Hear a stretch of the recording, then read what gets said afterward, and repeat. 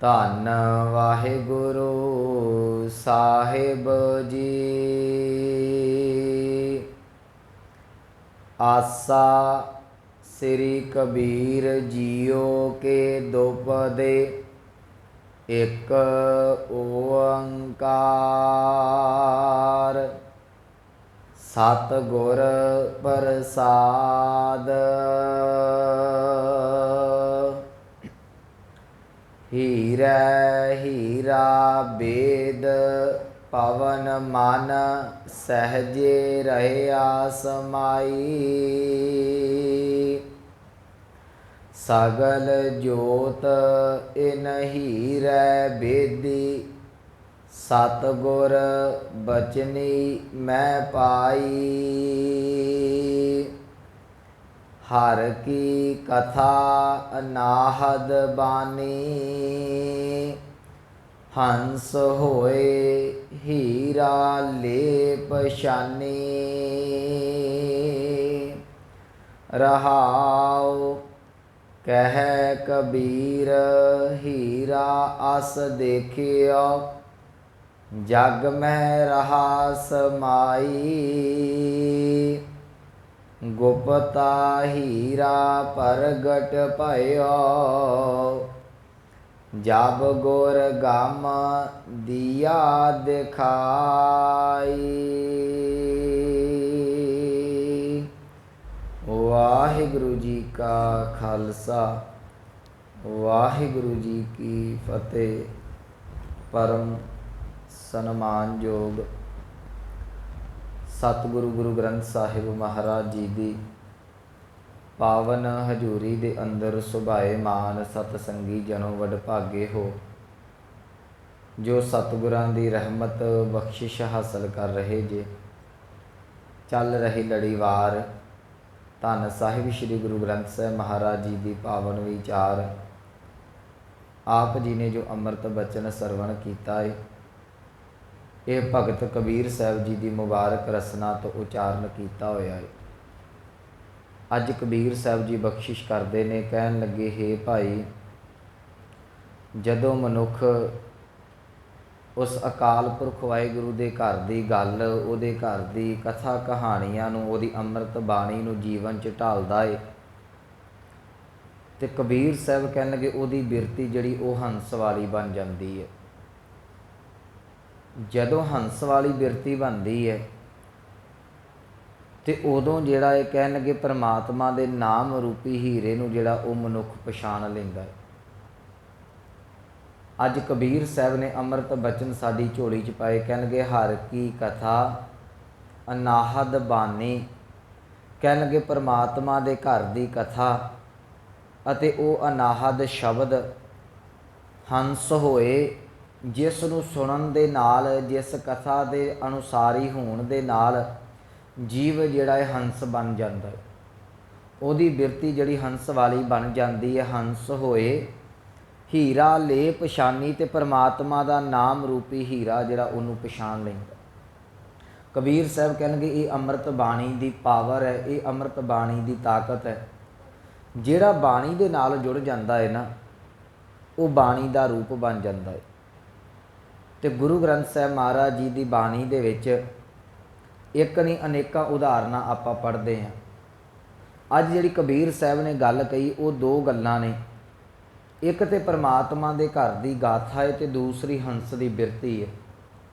ਮੈਂ ਥੋੜ੍ਹੀ ਜਿਹੀ ਬੇਨਤੀ ਕਰ ਦੇਣਾ, ਮਨੁੱਖ ਜੇ ਤੇ ਪੜ੍ਹਨ ਦੀ ਗੱਲ ਚੱਲਦੀ ਹੈ ਨਾ, ਜੇ ਤੁਸੀਂ ਮਾफ़ ਕਰਨਾ ਬਾਣੀ ਨੂੰ ਇੱਕ ਸਧਾਰਨ ਕਿਤਾਬ ਦੇ ਵਾਂਗ, ਸਧਾਰਨ ਕਵਿਤਾ ਪੋਇਟਰੀ ਦੇ ਵਾਂਗ ਪੜ੍ਹੋਗੇ, ਤੇ ਉਹਦੇ ਵਿੱਚੋਂ ਤੁਹਾਨੂੰ ਜਿਹੜਾ 2-4% ਜਿਹੜਾ ਹੈ ਉਹ ਉਹਦਾ ਲਾਭ ਮਿਲਦਾ ਹੈ।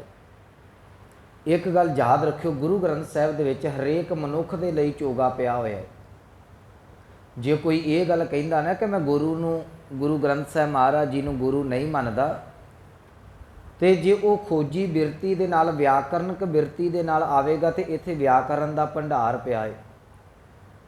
ਜੇ ਡਿਕਸ਼ਨਰੀ ਦੇ ਰੂਪ ਦੇ ਵਿੱਚ ਆਵੇਗਾ, ਤੇ ਇੱਥੇ ਸ਼ਬਦਾਂ ਦਾ ਭੰਡਾਰ ਪਿਆ ਹੈ, ਜਿਹਦੇ ਅਰਥ ਬਹੁਤ ਡੂੰਘੇ ਗੁਰੂ ਗ੍ਰੰਥ ਸਾਹਿਬ ਨੇ ਕੀਤੇ ਹੋਏ ਨੇ। ਜੇ ਕੋਈ ਕਵੀ ਆਵੇਗਾ, ਰਾਗ ਵਿਦਿਆ ਦਾ ਮਾਹਰ ਆਵੇਗਾ, ਤੇ ਰਾਗਾਂ ਦਾ ਰਾਗਨੀਆਂ ਦਾ ਖਜ਼ਾਨਾ ਗੁਰੂ ਗ੍ਰੰਥ ਸਾਹਿਬ 'ਚ ਪਿਆ ਹੈ। ਤੇ ਸੱਚੀ ਗੱਲ ਹੈ, ਜੇ ਕੋਈ ਆਤਮਾ ਦਾ ਭੁੱਖਾ ਆਵੇਗਾ ਉਹਦੇ ਲਈ ਅੰਮ੍ਰਿਤ ਨਾਮ ਇਹਦੇ ਵਿੱਚ ਪਿਆ ਹੋਇਆ ਹੈ। ਗੁਰੂ ਗ੍ਰੰਥ ਸਾਹਿਬ ਦੇ ਵਿੱਚ ਹਰ ਇੱਕ ਦਾਤ ਹੈ। ਅੱਜ ਕਬੀਰ ਸਾਹਿਬ ਜਿਹੜੀ ਗੱਲ ਕਰ ਰਹੇ ਨੇ, ਕਹਿਣ ਲੱਗੇ ਪਰਮਾਤਮਾ ਦੇ ਘਰ ਦੀ ਗੱਲ, ਉਹਦੀਆਂ ਬਾਣੀ ਨੂੰ ਪੜ੍ਹ ਕੇ ਨਾਮ ਜਪ ਕੇ ਮਨੁੱਖ ਜਿਹੜਾ ਹੰਸ ਬਿਰਤੀ ਵਾਲਾ ਬਣ ਜਾਂਦਾ। ਪਹਿਲੀ ਗੱਲ, ਉਹ ਹੰਸ ਹੈ ਕੀ? ਹੰਸ ਜਿਹੜਾ ਹੈ, ਜੇ ਉਹਦਾ ਅਸੀਂ ਢਾਂਚਾ ਦੇਖਦੇ ਹਾਂ ਤੇ ਭਾਈ ਕਾਹਨ ਸਿੰਘ ਨਾਭਾ ਨੇ ਲਿਖਿਆ ਜੀ, ਇਹਦੇ ਪੈਰ ਤੇ ਇਹਦੀ ਧੌਣ ਲਾਲ ਹੁੰਦੀ ਹੈ ਤੇ ਖੰਭ ਇਹਦੇ ਜਿਹੜੇ ਉਹ ਚਿੱਟੇ ਹੁੰਦੇ ਨੇ। ਇਹਦੀ ਜਿਹੜੀ ਚੁੰਝ ਹੈ ਉਹਦੇ ਵਿੱਚ ਖਟਾਸ ਹੈ ਕੁਦਰਤੀ ਤੌਰ ਤੇ। ਇਹਦੇ ਅੱਗੇ ਤੁਸੀਂ ਮਿਲਾਵਟ ਵਾਲਾ ਦੁੱਧ ਰੱਖਦੇ ਹੋ ਨਾ, ਇਹ ਜਦੋਂ ਚੁੰਝ ਉਹਦੇ ਵਿੱਚ ਦੁੱਧ 'ਚ ਮਾਰਦਾ ਹੈ ਤੇ ਉਹ ਪਾਣੀ ਜਿਹੜਾ ਦੁੱਧ ਫੁੱਟੀਆਂ ਬਣ ਜਾਂਦਾ ਹੈ, ਪਾਣੀ ਛੱਡ ਜਾਂਦਾ ਹੈ ਤੇ ਦੁੱਧ ਨੂੰ ਪੀ ਜਾਂਦਾ ਹੈ।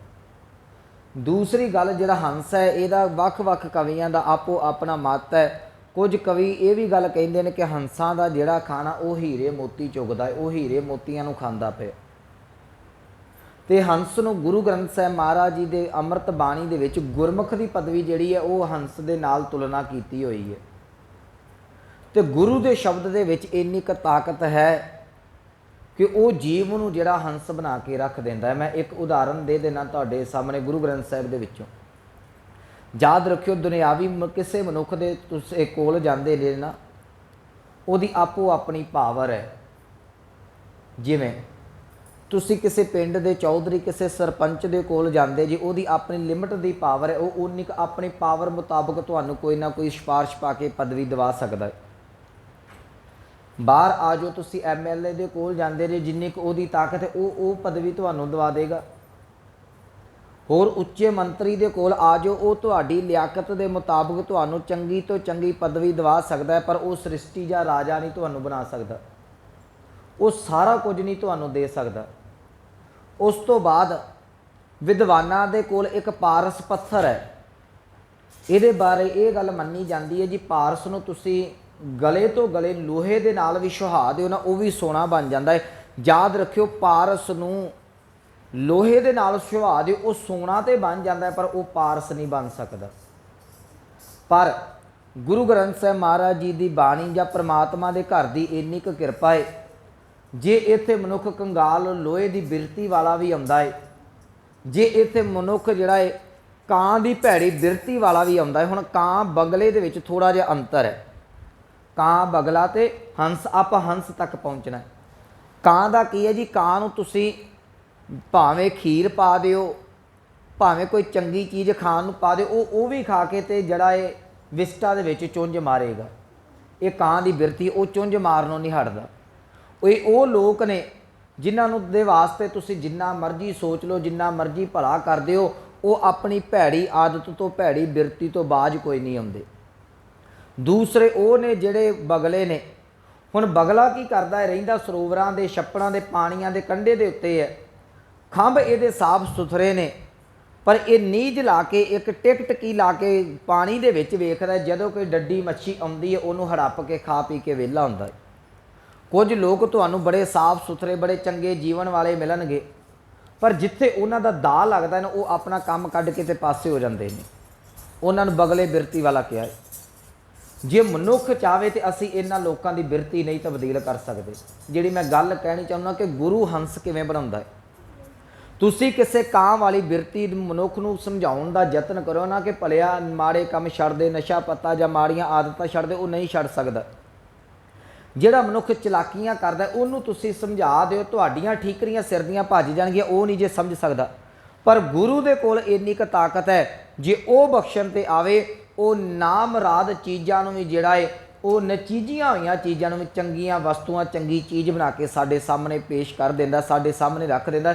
ਇਹ ਗੁਰੂ ਅਰਜਨ ਸਾਹਿਬ ਮਹਾਰਾਜ ਜੀ ਦਾ ਸ਼ਲੋਕ ਹੈ ਜੀ, ਕਿਆ ਹੰਸ ਕਿਆ ਬਗੁਲਾ ਜਾ ਕਉ ਨਦਰ ਕਰੇ, ਜੋ ਤਿਸ ਭਾਵੈ ਨਾਨਕਾ ਕਾਗੋਂ ਹੰਸ ਕਰੇ। ਕਹਿਣਗੇ ਤੁਸੀਂ ਕਿਹੜੇ ਹੰਸ ਤੇ ਕਿਹੜੇ ਬਗਲੇ ਦੀ ਗੱਲ ਕਰਦੇ ਜੇ? ਜੇ ਪਰਮਾਤਮਾ ਬਖਸ਼ਣ ਤੇ ਆ ਜੇ, ਪਰਮਾਤਮਾ ਜੇ ਰਹਿਮਤ ਕਰਨ ਤੇ ਆ ਜੇ, ਉਹ ਕਾਵਾਂ ਨੂੰ ਵੀ ਜਿਹੜਾ ਹੰਸ ਵਰਗੇ ਬਣਾ ਕੇ ਰੱਖ ਦਿੰਦਾ ਹੈ। ਭਾਵ ਜਦੋਂ ਗੁਰੂ ਦੇ ਸ਼ਬਦ ਦੇ ਨਾਲ ਕੋਈ ਪਾਪੀ ਤੋਂ ਪਾਪੀ ਮਨੁੱਖ ਵੀ ਜੁੜਦਾ ਹੈ, ਗਣਕਾ ਵਰਗੀ ਪਾਪਨ ਜੁੜਦੀ ਹੈ, ਅਜਾਮਲ ਵਰਗਾ ਜੁੜਦਾ ਹੈ। ਇਹੋ ਜਿਹੇ ਲੋਕ ਜਿਨ੍ਹਾਂ ਦਾ ਸਮੁੱਚਾ ਜੀਵਨ ਬਰਬਾਦੀ ਵਾਲੇ ਪਾਸੇ ਸੀ, ਜਦੋਂ ਕੋਈ ਇਹੋ ਜਿਹਾ ਮਨੁੱਖ ਵੀ ਪਰਮਾਤਮਾ ਦੇ ਸ਼ਬਦ ਦੇ ਨਾਲ ਜੁੜਦਾ ਹੈ ਤੇ ਗੁਰੂ ਸਾਹਿਬ ਕਹਿੰਦੇ ਨੇ ਉਹਨੂੰ ਵੀ ਪਰਮਾਤਮਾ ਗੁਰਮੁਖ ਭਾਵ ਉਹਨੂੰ ਵੀ ਹੰਸ ਬਿਰਤੀ ਵਾਲਾ ਬਣਾ ਦਿੰਦੇ। ਇਹ ਗੁਰੂ ਦੇ ਸ਼ਬਦ ਦੀ ਤਾਕਤ ਹੈ।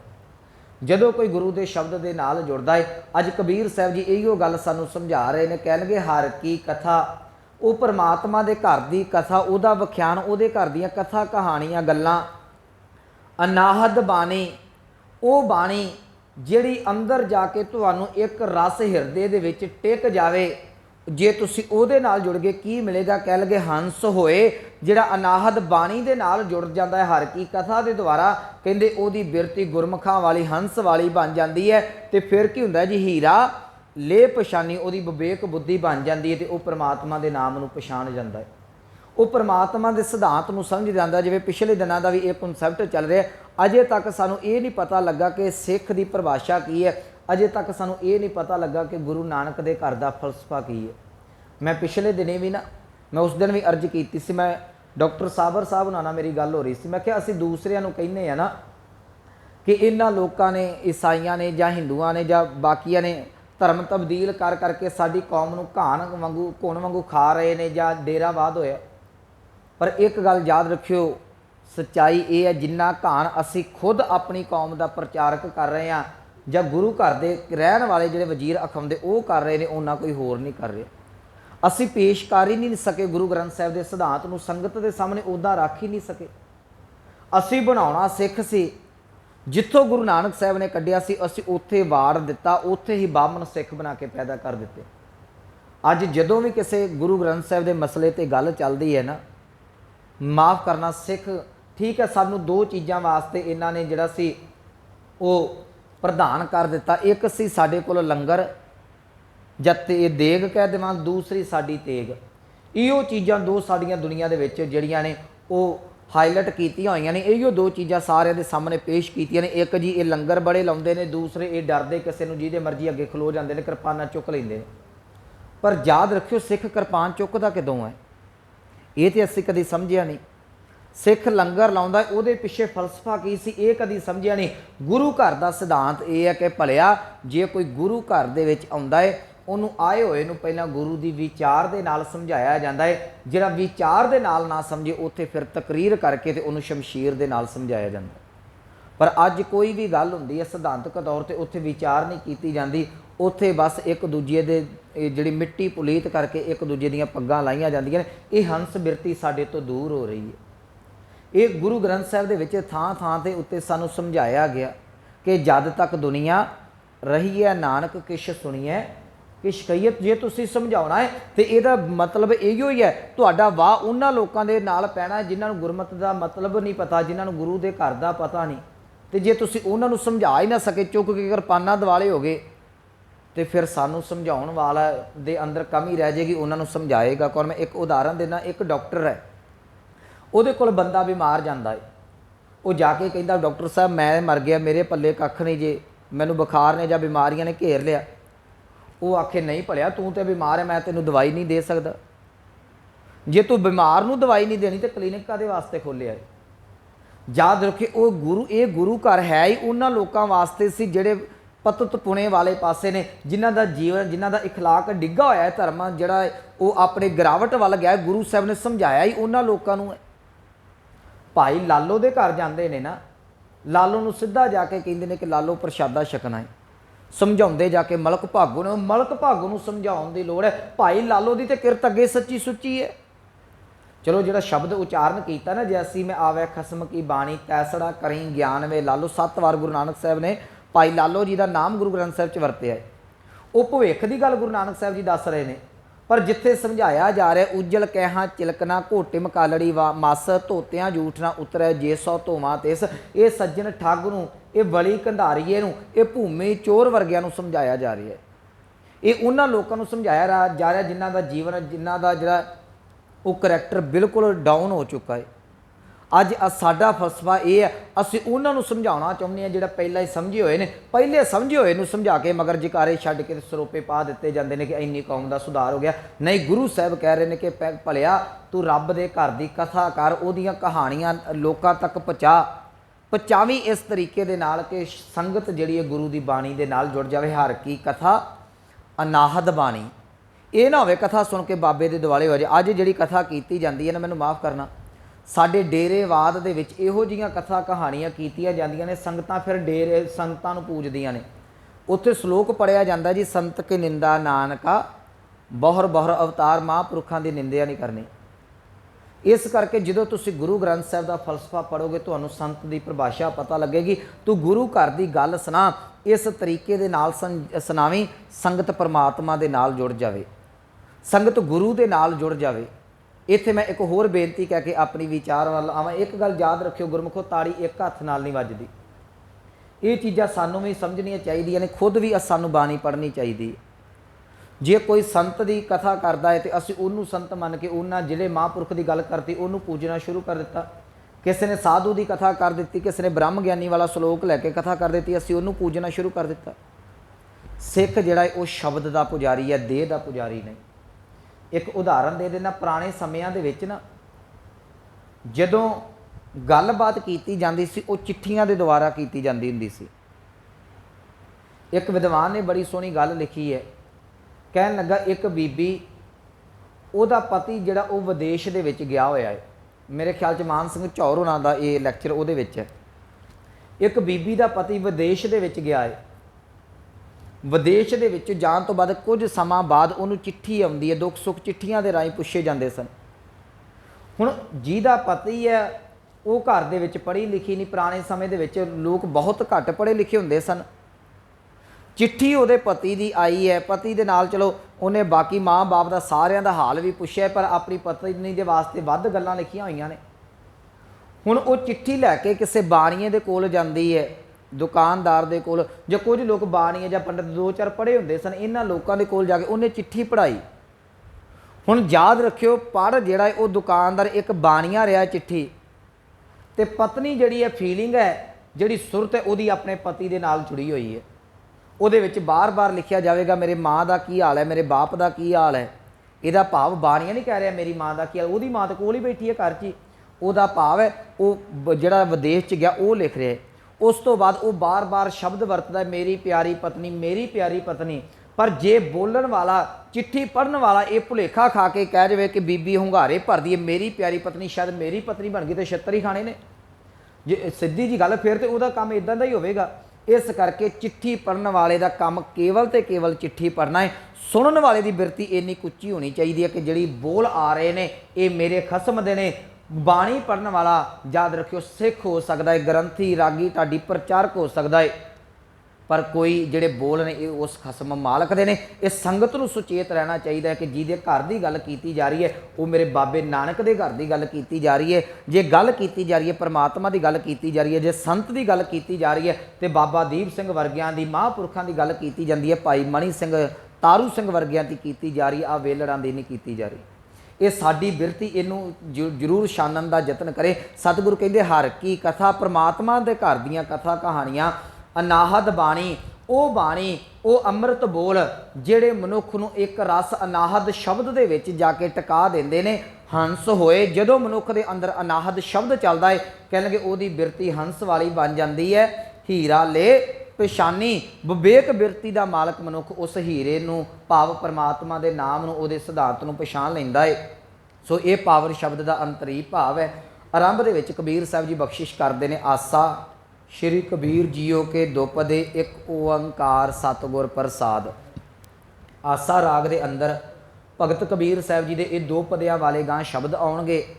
ਮੂਲ ਮੰਤਰ ਗੁਰੂ ਅਰਜਨ ਸਾਹਿਬ ਮਹਾਰਾਜ ਜੀ ਨੇ ਦਰਜ ਕੀਤਾ ਹੈ, ਉਹ ਪਰਮਾਤਮਾ ਅਦੁੱਤੀ ਬ੍ਰਹਮ ਇੱਕ ਹੈ, ਉਹਦੀ ਪ੍ਰਾਪਤੀ ਸਤਿਗੁਰਾਂ ਦੀ ਕਿਰਪਾ ਦੇ ਨਾਲ ਹੈ। ਅੱਗੇ ਸ਼ਬਦ ਹੈ ਜੀ ਹੀਰਾ, ਹੀਰਾ ਬੇਦ ਪਵਨ ਮਨ ਸਹਜੇ ਰਹਿਆ ਸਮਾਈ।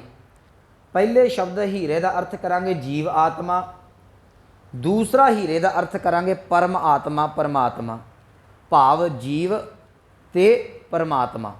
ਹੀਰਾ ਬੇਦ, ਬੇਦ ਦਾ ਅਰਥ ਹੁੰਦਾ ਵਿੰਨਣਾ। ਕਹਿੰਦੇ ਜਦੋਂ ਮਨੁੱਖ ਜੀਵ ਆਤਮਾ ਰੂਪੀ ਹੀਰਾ ਪਰਮ ਹੀਰੇ ਦੇ ਵਿੱਚ ਵਿੰਨਿਆ ਜਾਂਦਾ ਹੈ, ਭਾਵ ਇੱਕ ਗੁਰਸਿੱਖ ਦੀ, ਇੱਕ ਜਗਿਆਸੂ ਦੀ ਸੁਰਤ ਜਿਸ ਵੇਲੇ ਪਰਮਾਤਮਾ ਦੇ ਚਰਨਾਂ ਦੇ ਵਿੱਚ ਜੁੜ ਜਾਂਦੀ ਹੈ, ਪਵਨ ਮਨ, ਪਵਨ ਚੱਲਦੀ ਰਹਿੰਦੀ ਹੈ, ਟਿਕਦੀ ਨਹੀਂ। ਪਵਨ मन भी साडा बड़ा चंचल है, मन भी एक थां दे उत्ते टिकदा नहीं। ਇਹਦਾ ਭਾਵ ਅਰਥ ਕਰਾਂਗੇ ਉਹ ਮਨ ਜਿਹੜਾ ਇੱਕ ਥਾਂ ਦੇ ਉੱਤੇ ਟਿਕਦਾ ਨਹੀਂ, ਕਦੀ ਇੱਧਰ ਨੂੰ ਭੜਕ ਗਿਆ ਕਦੀ ਇੱਧਰ ਨੂੰ ਭੜਕ ਗਿਆ। ਕਹਿਣ ਲੱਗੇ ਜਦੋਂ ਪ੍ਰਮਾਤਮਾ ਦੇ ਚਰਨਾਂ ਦੇ ਵਿੱਚ ਸੁਰਤ ਜੁੜੀ, ਹੀਰਾ ਹੀਰਾ ਵੇਦ ਸਿੱਖ ਦੀ ਸੁਰਤ ਗੁਰੂ ਦੇ ਸ਼ਬਦ 'ਚ ਜੁੜੀ, ਪਵਨ ਮਨ ਭੜਕਦਾ ਹੋਇਆ ਜਿਹੜਾ ਮਨ ਹੈ ਸਹਿਜੇ ਰਹਿਆ ਸਮਾਈ, ਉਹ ਅਡੋਲ ਹੀ ਸਹਿਜ ਦੇ ਵਿੱਚ ਜਾ ਕੇ ਟਿਕ ਜਾਵੇਗਾ। ਉਹ ਆਪਣੇ ਆਪ ਹੀ ਪ੍ਰਮਾਤਮਾ ਦੇ ਚਰਨਾਂ ਦੇ ਵਿੱਚ ਜਾ ਕੇ ਉਹਦੀ ਸੁਰਤ ਜਿਹੜੀ ਹੈ ਜੀਵ ਦੀ ਟਿਕ ਜਾਂਦੀ। ਤੇ ਮੈਂ ਕਈ ਵਾਰੀ ਵੇਖਦਾ ਹੁੰਨਾ ਕਿ ਚਲੋ ਇੱਕ ਤੇ ਸਧਾਰਨ ਲੋਕ ਨੇ ਜਿਨ੍ਹਾਂ ਦਾ ਜੀਵਨ ਗੁਰੂ ਵਾਲਾ ਨਹੀਂ, ਇੱਕ ਉਹ ਲੋਕ ਨੇ ਜਿਨ੍ਹਾਂ ਦਾ ਜੀਵਨ ਗੁਰੂ ਵਾਲਾ, ਇੱਕ ਉਹਨਾਂ ਤੋਂ ਉੱਤੇ ਨੇ ਜਿਨ੍ਹਾਂ ਦਾ ਪਹਿਰਾਵਾ ਵੀ ਗੁਰੂ ਵਾਲਾ ਹੈ।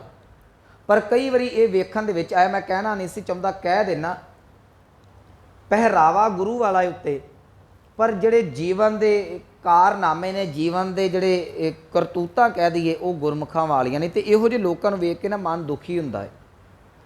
ਮੈਂ ਇੱਕ ਦਿਨ ਸੋਚਦਾ ਸਾਂ ਕਾਰਨ ਕੀ ਹੈ। ਚਲੋ ਸਾਡੀਆਂ ਧੀਆਂ ਬੱਚੀਆਂ ਆ ਮਾਡਰਨ ਕੱਪੜੇ ਪਾਉਂਦੀਆਂ ਨੇ, ਮੈਂ ਬੜੀ ਵਾਰੀ ਸਮਝਾਇਆ, ਇਹ ਇੱਕ ਵੱਖਰਾ ਪੱਖ, ਇਹਨਾਂ ਨੇ ਗੁਰੂ ਦਾ ਇਹ ਅੰਮ੍ਰਿਤ ਨਹੀਂ ਪਾਨ ਕੀਤਾ, ਇਹਨਾਂ ਨੂੰ ਸਿਧਾਂਤ ਦਾ ਪਤਾ ਨਹੀਂ, ਗੱਲ ਵੱਖਰੀ ਹੈ। ਇੱਕ ਬੱਚੀ ਨੇ ਅੰਮ੍ਰਿਤ ਛਕਿਆ, ਉਹ ਵੀ ਪਾ ਲੈਂਦੀ ਹੈ, ਗੱਲ ਵੱਖਰੀ ਹੈ। ਪਰ ਅੱਜ ਇੱਕ ਜਿਹੜਾ ਟ੍ਰੈਂਡ ਚੱਲਦਾ ਪਿਆ, ਸਿਰ ਦੇ ਉੱਤੇ ਦਮਾਲਾ ਪਾਇਆ ਹੁੰਦਾ ਤੇ ਨਾਲ ਜਿਹੜੀ ਬੱਚੀ ਨੇ ਉਹ ਜੀਨ ਟੌਪ ਪਾਇਆ ਹੁੰਦਾ। ਮੈਂ ਵਿਰੋਧੀ ਨਹੀਂ, ਪਰ ਮੈਂ ਇੱਕ ਜਿਹੜੀ ਗੱਲ ਤੁਹਾਡੇ ਸਾਹਮਣੇ ਇੱਕ ਆਪਣਾ ਪੱਖ ਰੱਖਣਾ ਚਾਹੁੰਦਾ। ਗੁਰਮੁਖੋ ਯਾਦ ਰੱਖਿਓ, ਦਮਾਲਾ ਗੁਰੂ ਦੀ ਬਖਸ਼ਿਸ਼ ਹੈ। ਘੱਟੋ ਘੱਟ ਅਸੀਂ ਆਪਣੇ ਸੱਭਿਆਚਾਰ ਨੂੰ, ਆਪਣੇ ਜਿਹੜਾ ਪਰਿਵਾਰ ਦੇ ਸੰਸਕਾਰਾਂ ਨੂੰ ਤੇ ਗੁਰੂ ਘਰ ਦੇ ਸਿਧਾਂਤ ਨੂੰ ਉਹ ਆਪੋ ਆਪਣੀ ਜਗ੍ਹਾ ਦੇ ਉੱਤੇ ਰੱਖੀਏ। ਮੈਂ ਬਿਲਕੁਲ ਇਹ ਗੱਲ ਬਰਦਾਸ਼ਤ ਨਹੀਂ ਕਰਦਾ, ਪ੍ਰਵਾਨ ਨਹੀਂ, ਮੈਂ ਇਹ ਗੱਲ ਨਾਲ ਸਹਿਮਤ ਨਹੀਂ ਵੀ ਇੱਕ ਪਾਸੇ ਦਮਾਲਾ ਸਜਾਇਆ, ਦੂਜੇ ਪਾਸੇ ਜਿਹੜੇ ਪੱਛਮੀ ਸੱਭਿਅਤਾ ਵਾਲੇ ਬਸਤਰ ਧਾਰਨ। ਜੇ ਤੁਸੀਂ ਇਹੋ ਬਸਤਰ ਧਾਰਨ ਕਰਨੇ ਨੇ ਤੇ ਦਮਾਲਾ ਲਾ ਦਿਓ, ਕੋਈ ਆਫਤ ਥੋੜ੍ਹੀ ਆਈ ਹੈ। ਇਹ ਚੀਜ਼ਾਂ ਸਾਡੇ ਆਉਣ ਵਾਲੇ ਸਮੇਂ 'ਤੇ ਗਲਤ ਪ੍ਰਚਾਰ ਕਰਦੀਆਂ ਨੇ, ਕਿਉਂਕਿ ਸਿੱਖ ਦਾ ਜੀਵਨ ਵੀ ਕਈ ਵਾਰੀ ਪ੍ਰਚਾਰ ਕਰਦਾ ਹੁੰਦਾ ਹੈ। ਉੱਥੇ ਮੈਂ ਇੱਕ ਗੱਲ ਦਾ ਰਿਜ਼ਲਟ ਕੱਢਿਆ ਕਿ ਸਿਰ ਦੇ ਉੱਤੇ ਦਮਾਲਾ, ਚਲੋ ਸਾਡੇ ਮੁੰਡਿਆਂ ਦੇ ਵਿੱਚ ਵੀ ਕੁਛ ਚੀਜ਼ਾਂ ਆ ਜਾਂਦੀਆਂ ਨੇ, ਸਿਰ ਦੇ ਉੱਤੇ ਗੁਰੂ ਦੀ ਦਸਤਾਰ ਹੈ, ਸਿਰ ਦੇ ਉੱਤੇ ਦਮਾਲਾ, ਗੁਰੂ ਦਾ ਬਾਣਾ, ਤੇ ਜੀਵਨ ਤਬਦੀਲ ਨਹੀਂ। ਇਹਦਾ ਕਾਰਨ ਇਹ ਹੈ, ਤਨ ਧਰਮੀ ਬਣ ਗਿਆ, ਅਜੇ ਤੱਕ ਮਨ ਧਰਮੀ ਨਹੀਂ ਬਣਿਆ। ਜਿਸ ਦਿਨ ਮਨ ਧਰਮੀ ਬਣ ਗਿਆ ਨਾ, ਉਹਨੇ ਸਹਿਜੇ ਹੀ ਆਪਣੇ ਆਪ ਹੀ ਉਹਦਾ ਲਿਬਾਸ ਚੇਂਜ ਹੋ ਜਾਏਗਾ, ਤੁਹਾਨੂੰ ਕਿਸੇ ਨੂੰ ਕਹਿਣ ਦੀ ਲੋੜ ਨਹੀਂ। ਜੇ ਤੁਸੀਂ ਕਿਸੇ ਨੂੰ ਸਮਝਾਓਗੇ ਨਾ, ਅਸੀਂ ਆਪਣਾ ਪੱਖ ਰੱਖ ਸਕਦੇ, ਅਸੀਂ ਸਮਝਾ ਨਹੀਂ ਸਕਦੇ। ਜਦੋਂ ਤੁਸੀਂ ਸਮਝਾਓਗੇ, ਹੋ ਸਕਦਾ ਉਹ ਸਮਝਾਉਣ ਦੇ ਵਿੱਚ ਉਹਦੇ ਤੋਂ ਤੁਹਾਡੇ ਦਰਮਿਆਨ ਨਫ਼ਰਤ ਪੈਦਾ ਹੋ ਜੇ, ਪਰ ਜਿਹੜਾ ਸ਼ਬਦ ਦੇ ਨਾਲ ਜੁੜ ਗਿਆ ਨਾ, ਸ਼ਬਦ ਦੇ ਅੰਦਰ ਇੰਨਾ ਕੁ ਜ਼ਿਆਦਾ ਸਹਿਜ ਹੈ, ਉਹਨੂੰ ਦੁਨਿਆਵੀ ਰਸਾਂ ਕਸਾਂ ਦੇ ਉੱਤੋਂ ਸੁਰਤ ਤਾਂ ਨੂੰ ਉੱਠ ਜਾਂਦੀ ਹੈ। ਅੱਜ ਵੀ ਅਸੀਂ ਭੇਖ ਗੁਰੂ ਦਾ ਧਾਰਨ ਕੀਤਾ ਹੈ, ਲੋਕਾਂ ਦੇ ਸਾਹਮਣੇ ਇਹ ਚੀਜ਼ ਪੇਸ਼ ਕਰਦੇ ਆ ਕਿ ਮੇਰੀ ਸੁਰਤ ਪਰਮਾਤਮਾ ਦੇ ਨਾਲ ਜੁੜੀ ਹੈ। ਮੈਂ ਬੇਨਤੀ ਕਰਾਂ, ਜਿਹਦੀ ਸੁਰਤ ਪਰਮਾਤਮਾ ਦੇ ਨਾਲ ਜੁੜ ਜਾਂਦੀ ਹੈ ਨਾ, ਉਹਦੇ ਜੀਵਨ ਦੇ ਵਿੱਚ ਸਹਿਜ ਜ਼ਰੂਰ ਆ ਜਾਂਦਾ ਹੈ। ਉਦਾਹਰਨ ਦੇ ਕੇ ਮੈਂ ਵਿਚਾਰ ਵੱਲ ਆਵਾਂ, ਇੱਕ ਕਸਤੂਰੀ ਮਿਰਗ ਹੁੰਦਾ ਹੈ। ਸਾਰੇ ਮਿਰਗ ਦੀ ਨਾਭੀ ਦੇ ਵਿੱਚ ਕਸਤੂਰੀ ਨਹੀਂ ਹੁੰਦੀ, ਪਰ ਜਿਹਦੀ ਨਾਭੀ ਦੇ ਵਿੱਚ ਕਸਤੂਰੀ ਹੁੰਦੀ ਹੈ, ਉਹ ਬਾਕੀਆਂ ਨਾਲੋਂ ਉਹਦਾ ਜਿਹੜਾ ਹੈ ਉਹ ਚਾਲ ਢਾਲ, ਉਹਦੀ ਰੂਪ ਰੇਖਾ ਜੀਵਨ ਦੀ ਵੱਖਰੀ ਹੁੰਦੀ ਹੈ। ਉਹ ਬਹੁਤਾ ਚੰਚਲ ਨਹੀਂ ਹੁੰਦਾ, ਜ਼ਿਆਦਾ ਭੱਜੇਗਾ ਨਹੀਂ, ਉਹ ਥੋੜ੍ਹਾ ਜਿਹਾ ਅਲੱਗ ਰਹੇਗਾ। ਜਿਹੜੇ ਲੋਕ ਭੇਡਾਂ ਵਾਂਗੂ ਨੇ ਜਾਂ ਬਾਕੀ ਹਿਰਨਾਂ ਵਾਂਗੂ ਨੇ, ਉਹ ਸਾਰੇ ਨੇ, ਨਾ ਪਤਾ ਲੱਗਦਾ ਸਿੱਖ ਹੈ, ਨਾ ਪਤਾ ਲੱਗਦਾ ਅਨਮਤ ਹੈ। ਜਿਹੜਾ ਗੁਰੂ ਦੇ ਸ਼ਬਦ ਦੇ ਨਾਲ ਜੁੜ ਜਾਂਦਾ ਨਾ, ਉਹਦਾ ਜੀਵਨ ਹੀ ਵੱਖਰਾ ਬਣ ਜਾਂਦਾ। ਮੈਂ ਕਹਿ ਕੇ ਅੱਗੇ ਚੱਲਦਾ, ਉਹ ਜੀਵਨ ਕਿਹੋ ਜਿਹਾ ਬਣ ਜਾਂਦਾ ਜੀ, ਭਗਤਾਂ ਕੀ ਚਾਲ ਨਿਰਾਲੀ, ਗੁਰੂ ਅਮਰਦਾਸ ਮਹਾਰਾਜ ਜੀ ਦੱਸਦੇ। ਉਹਦੀ ਚਾਲ ਢਾਲ ਹੀ ਬਦਲ ਜਾਂਦੀ ਹੈ। ਉਹ ਦੁਨਿਆਵੀ ਚਸਕਿਆਂ ਦੇ ਉੱਪਰੋਂ, ਜਿਹੜਾ ਚਸਕਿਆਂ ਤੋਂ ਉੱਪਰ ਉੱਠ ਜਾਂਦਾ ਹੈ। ਇੱਕ ਅਸੀਂ ਕਹਿ ਕੇ ਉਠਾਉਂਦੇ ਹਾਂ, ਇੱਕ ਸੁਭਾਵਕ ਉੱਠ ਜਾਂਦਾ ਹੈ। ਭਗਤਾਂ ਕੀ ਚਾਲ ਨਿਰਾਲੀ, ਚਾਲਾਂ ਨਿਰਾਲੀ ਭਗਤਾਂ ਕੇਰੀ, ਬਿਖਮ ਮਾਰਗ ਚੱਲਣਾ ਲੱਭ। ਉਹਨੂੰ ਕਿਸੇ ਕਿਸਮ ਦਾ ਲੱਭ ਕੋਈ ਨਹੀਂ ਰਹਿ ਗਿਆ। ਪਰ ਅਜੇ ਤੇ ਸਾਡੇ ਚਸਕੇ ਜ਼ੁਬਾਨ ਦੇ ਨਹੀਂ ਛੁੱਟੇ। ਅਸੀਂ ਅੰਮ੍ਰਿਤ ਪਾਨ ਕਰ ਲਿਆ, ਅੰਦਰ ਅੰਮ੍ਰਿਤ ਚਲਾ ਗਿਆ, ਪਰ ਜ਼ੁਬਾਨ ਤੇ ਅਜੇ ਤੱਕ ਅੰਮ੍ਰਿਤ ਨਹੀਂ ਆਇਆ। ਜ਼ੁਬਾਨ ਅਜੇ ਵੀ ਬਾਰੀ ਚਸਕਿਆਂ ਦੇ ਵਿੱਚ ਹੀ ਭੱਜੀ ਫਿਰਦੀ ਹੈ। ਜਿੰਨਾ ਚਿਰ, ਜਿਹੜੇ ਯਾਦ ਰੱਖਿਓ, ਜਿਨ੍ਹਾਂ ਨੇ ਜੇਲਾਂ ਕੱਟੀਆਂ ਨੇ, ਜਿਹੜੀਆਂ ਮਾਈਆਂ ਨੇ ਚੱਕੀਆਂ ਚਲਾਈਆਂ ਨੇ, ਜਿਨ੍ਹਾਂ ਨੇ ਮੁੱਠੀ ਮੁੱਠੀ ਛੋਲਿਆਂ ਦੇ ਨਾਲ ਜੰਗਲਾਂ 'ਚੋਂ ਗੁਜ਼ਾਰੇ ਕੀਤੇ ਨੇ ਨਾ, ਉਹਨਾਂ ਦੀ ਜ਼ੁਬਾਨ ਚਸਕਿਆਂ ਵਾਲੀ ਨਹੀਂ, ਉਹਨਾਂ ਦੀ ਜ਼ੁਬਾਨ ਸਿਮਰਨ ਵਾਲੀ ਸੀ। ਭਗਤਾਂ ਕੀ ਚਾਲ ਨਿਰਾਲੀ, ਚਾਲਾਂ ਨਿਰਾਲੀ ਭਗਤਾਂ ਕੇਰੀ, ਬਿਖਮ ਮਾਰਗ ਚੱਲਣਾ ਲੱਭ। ਲੋਭ ਅਹੰਕਾਰ ਤਜ ਤ੍ਰਿਸ਼ਨਾ, ਬਹੁਤ ਨਾਹੀ ਬੋਲਣਾ ਖੰਨਿਓ ਤਿੱਖੀ, ਵਾਲੋ ਨਿੱਕੀ ਏਤ ਮਾਰਗ ਜਾਣਾ ਗੁਰ ਪ੍ਰਸਾਦੀ, ਜਿਨੀ ਆਪ ਤਜੇ। ਆਪਣੇ ਆਪ ਨੂੰ ਛੱਡਣਾ ਪੈਣਾ ਹੈ। ਇੱਕ ਪਾਸੇ ਤੂੰ ਆਖੇ ਮੈਂ ਫੈਸ਼ਨ ਵੀ ਕਰਾਂ, ਇੱਕ ਪਾਸੇ ਆਖੇ ਲੋਕਾਂ ਦੇ ਵਿੱਚ ਆਮ ਲੋਕਾਂ ਦੇ ਵਾਂਗ ਵੀ ਵਿਚਰਾਂ, ਇੱਕ ਪਾਸੇ ਤੂੰ ਆਖੇ ਵੀ ਅੰਦਰ ਨਾਮ ਦਾ ਰਸ ਟਿਕ ਜਾਵੇ। ਇਹ ਦੋ ਗੱਲਾਂ ਨਹੀਂ ਹੋ ਸਕਦੀਆਂ। ਇੱਕ ਕਿਰਪਾਨ ਦੇ ਵਿੱਚ ਦੋ, ਇੱਕ ਮਿਆਨ ਦੇ ਵਿੱਚ ਦੋ ਕਿਰਪਾਨਾਂ ਕਦੀ ਨਹੀਂ ਖਲੋਂਦੀਆਂ। ਠੀਕ ਹੈ, ਮੈਂ ਇਹ ਕੱਲ੍ਹ ਵੀ ਕਿਹਾ ਸੀ कि पहरावा धर्म की कोई जिहड़ा वो पैमाना नहीं, पर एक दूसरी सच्चाई ये है जिहदे अंदर सिमरन टिक जांदा उहदा जीवन अपने आप ही तब्दील हो जाता है। वो सानू करन दी लोड़ नहीं पैंदी। वो एक बच्चा पढ़िया लिखिया एक अनपढ़ है, अनपढ़ बवेगा तो पढ़े लिखे बहन दे सुभाविक अंतर पै जाएगा ना। उन्होंने पता है पढ़े लिखे नूं मैं बोलना विचरना किवें है, खाना पीवें, उहदा हर एक काम डिसिपलिन दे विच है।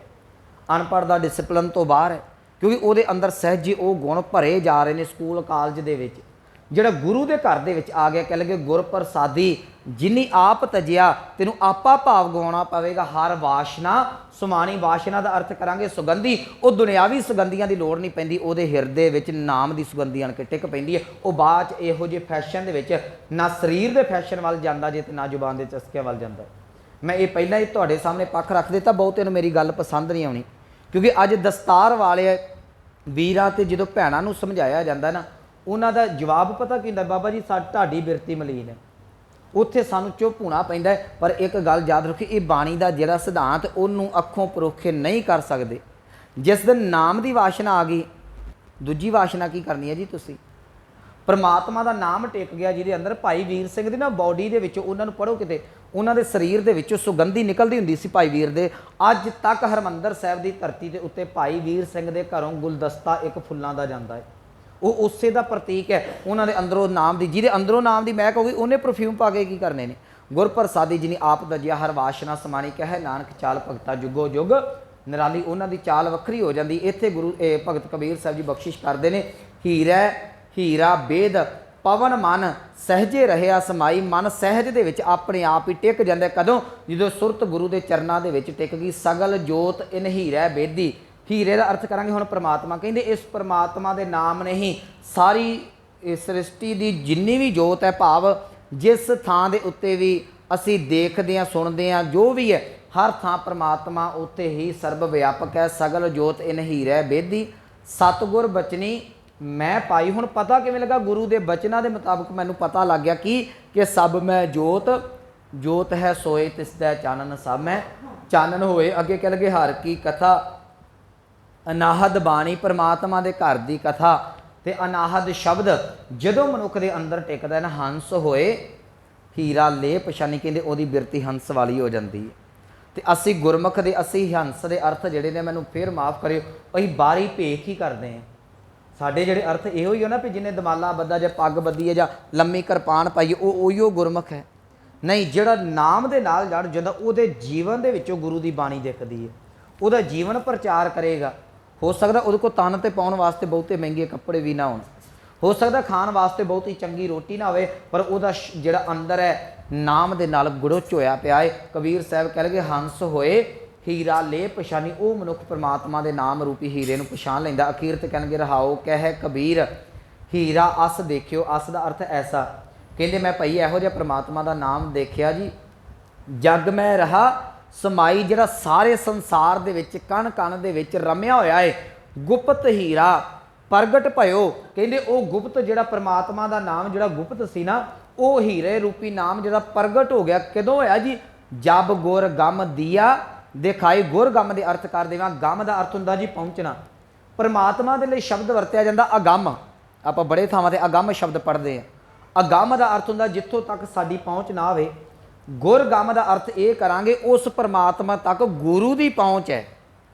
परमात्मा अगम है पर गुरु गम है। गुरु उहदे दर तक पहुँच सकता है। पहुँचया होया गुरु जब गुर गम दिया दिखाई। जदों मैं गुरु के चरणों च जुड़िया तो वह गुरु जिहड़ा गुरु गम सी, भाव जिहड़ा पहुँच चुका सी परमात्मा के घर दे विच, उन्हें मैनूं विखा दिता कि ही गुप्त हीरा प्रगट पाया। उस गुरु ने परमात्मा के नाम रूपी हीरा जिहड़ा गुप्त सी उन्होंने प्रगट करके विखा दिता। जब गुर गम दिया दिखाई। सो ये सी पावन शब्द दी विचार जिहदा समुच्चा तत्त भाव है। जदों मनुख परमात्मा के शब्द के नाल जुड़दा है ना, याद रखियो उहदा जीवन सहजे ही तब्दील हो जाता है। मैं एक गल कह के समाप्ति करा, जिहदा जीवन अजे भी तब्दील नहीं होया, याद रखियो इहदा भाव वो गुरु वाला नहीं बनया। ये एक सौखा जिहा तुहानूं पैमाना दे दिंदा। जरूरी नहीं, कई बारी इदां हुंदा है कि असी बच्चे बच्ची का ये रूप वेखदे आ कि ये तन के उत्ते ककार पाए ने। कई कह देंगे जी ये नाम बड़ा जपदा, बाणी बड़ी पढ़दा वगैरह वगैरह।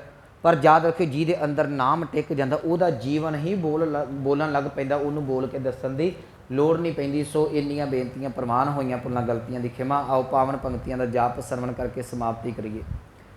कह कबीर हीरा आस देखियो जग में रहा समाई, गुप्ता हीरा प्रगट भयो जब गुर गम दिया दिखाई। वाहिगुरु जी का खालसा वाहिगुरु